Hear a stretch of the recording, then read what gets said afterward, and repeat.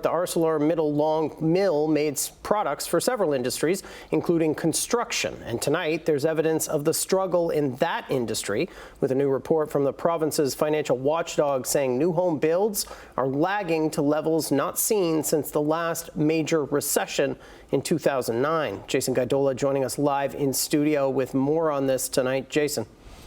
Good evening, Matt. This recent decline in the housing sector marks the lowest number of new builds, again, like you said, since 2009. The FAO says there were 12,700 new housing units in Q1, which is a 20% drop from the first quarter last year.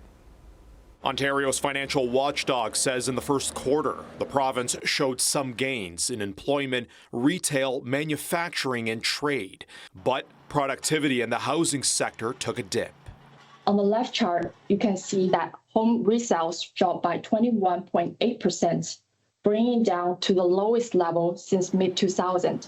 Ontario's Financial Accountability Office held a briefing today and released its latest report on the economic state for quarter one in 2025, adding that they're seeing, quote, a significant weakness around home sales and building. They say that only 12,700 units began construction so far this year, a 20% dip from Q1 in 2024.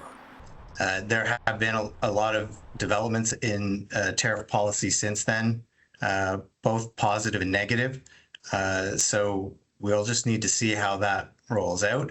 The Office of Housing Minister Rob Flack tells CHCH News today, while we've made some progress, we face challenges beyond our control. Global economic uncertainties, supply chain disruptions, and with President Trump's tariffs and tariff threats, it is not business as usual. The Ford government set a goal of getting 1.5 million new homes by 2031, but Ontario is not currently on track to meet that target. On the ownership side, it's certainly, costs have got to come down. We need to have a rethink of our taxes that go into those individual units.